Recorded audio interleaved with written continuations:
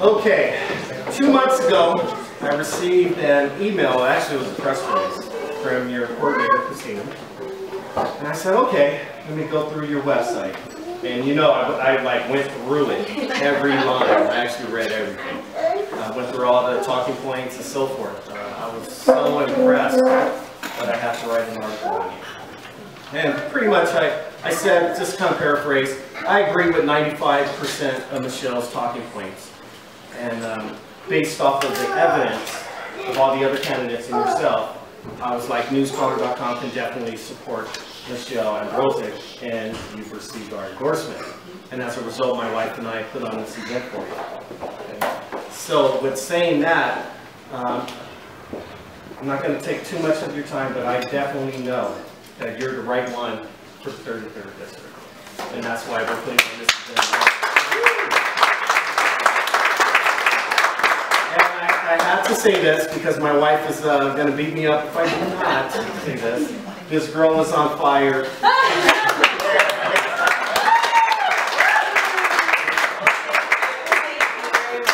That's very sweet.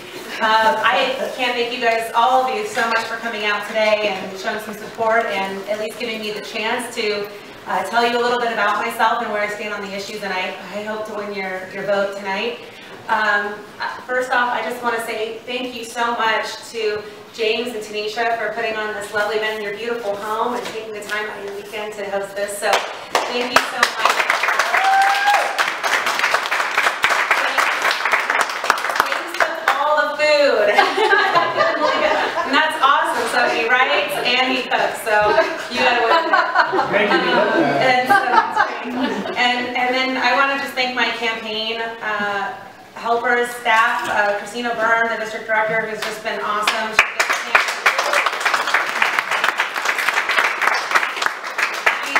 Greg and I joke, you know, he calls me the boss, and I say, I'm not the boss, Christina's the boss. Christina runs the show. She's everywhere, and we can't thank her enough for all the time and support that she's put into this campaign. And the wonderful Greg Imus, who is just one of the best men I have met, and he is just such a good man and just a really good conservative guy, and to give all of his time and help, and he does it for free, believe it or not, and he spends all his time helping with the campaign, and I just can't thank him enough for all of his help. So.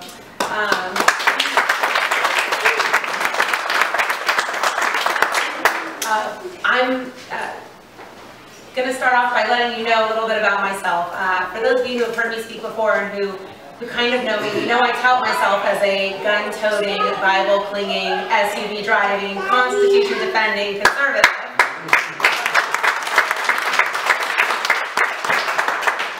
Some of my opponents find that disturbing, apparently, but I don't. I'm a wife, a mother of 3, and a small business owner. And I'm running for office for the first time because I'm tired of the status quo. I'm sick of career politicians who are more concerned about lining their pockets and climbing the political ladder rather than representing we the people. Thank you. I want to just start also by saying I couldn't do this today without the support of my wonderful husband, August, who gives me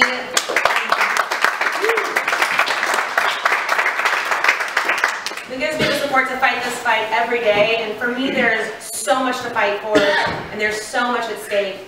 As a small business owner of a health insurance brokerage that's been in my family for nearly 50 years, I'm really disgusted over Obamacare and the negative impact it's had on our district.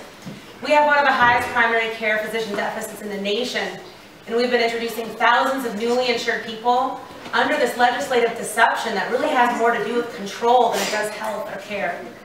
It's my belief that we need representatives who understand the financial aspects of this industry to address our doctor and hospital shortages. What I do every day is I help people in the health insurance industry. I help them get into health insurance plans, but a vast majority of my time is spent dealing with patients, helping employers, helping employees on group health insurance plans, individuals. I help cancer patients. I'm helping people who have infants who are born with birth defects and seniors who are trying to navigate through Medicare. And right now, I'm currently drafting what will be my first piece of legislation that I will submit the day I'm sworn in. And it will draw doctors to this district. My bill is similar to California's enterprise zones, and it alleviates healthcare providers from tax and regulatory burdens by providing them with incentive to do business here in our rural district. It incentivizes newly graduating doctors by implementing a medical school debt forgiveness program that's been working in rural towns across America, such as places in Texas and Alabama. My husband and I also own a construction company, and running a business is hard. And California sure does make it harder. They say if you want to have a small business in California, you better start with a big one. Just keep chipping away at it. So, how many of you here, just out of curiosity, how many of you here own a small business? Have a small business? How many of you here know what it's like to pay all of your bills, pay your employees, and at the end of the day, sometimes there's not enough left over to pay you?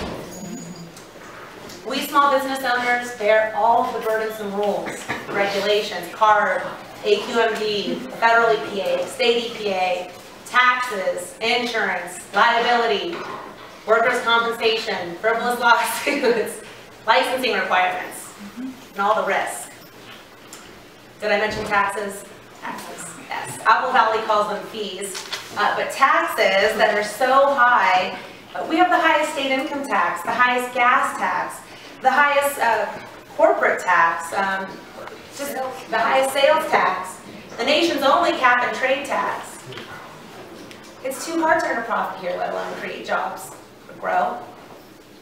And while those of us in the private sector are struggling with having to reduce hours, cut benefits, the private sector, it hasn't gone unnoticed, but the private sector is doing really quite well. They don't face the same fear and uncertainty that we do in the private sector. The public employees, they live in Jerry Brown's utopia, and they complain that it's not enough. When we ask for modest cuts to be made to address our fiscal crisis, they cry that it's not fair. Not fair. Well, for the record, I don't have a pension. I don't have state-funded health care and dental and vision. You know, well, those of us in the private sector are working hard every day. Not 3 days on and 4 days off, but every day. And we're left with little left over to save for our own retirement so that we can pay for theirs. Something's wrong. Even with the highest taxes in the nation, we're still $1 trillion in unfunded pension liability. The pensions have to be cut. Somebody has to be brave enough and strong enough to attack and go up against these unions that are driving us off a cliff fiscally here in California. Well, those of us here in the private sector, we're working overtime to make ends meet. The public sector shuts down. They work less. County building and safety is down to 3 days a week. The post office cuts the work week. And now, because of AB 109, our prisons are letting convicted felons out on the streets. Jerry Brown would rather keep union correctional officers employed in pension than have the private prisons house inmates, even at 1/3 of the cost. And what I call the worst mismanagement of taxpayer dollars, it lies in the bloated bureaucracy boondoggle that is the California Department of Education. We have nearly as many administrators as we have teachers. That's how big the bureaucracy is. While the unions and the superintendents are milking the system, our classrooms, our teachers, our kids are sacrificed, and they're left with little to work with. Now, the funding really needs to start at the local level, not up in Sacramento. I staunchly oppose Common Core.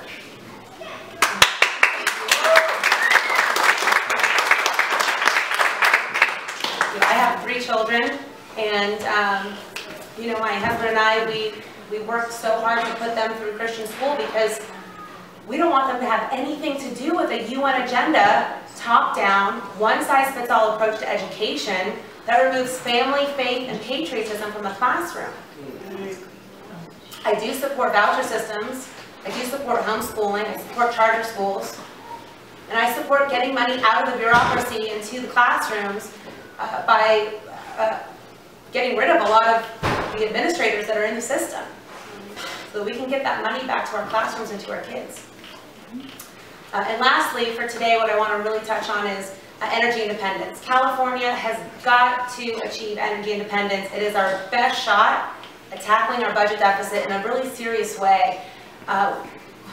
Besides, I don't want to drive an electric car, sorry. I'm not going to do it.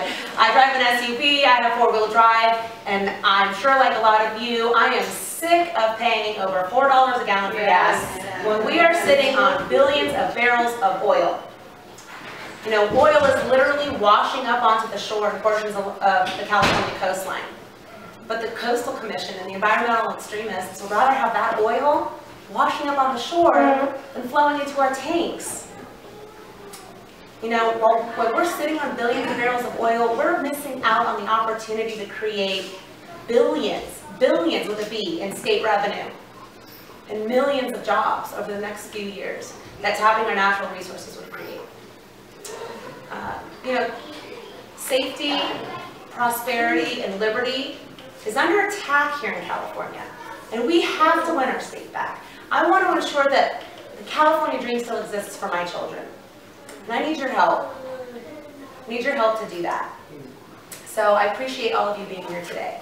I want you to know that above all, you know, the issues, we constantly see them changing. What led me to run for office was initially healthcare, and healthcare is a hot button issue today. Tomorrow it might be something else, but above all, really more important than the issues, is having representatives who are well-principled and unafraid to defend us when those issues are on the table. God, country, family.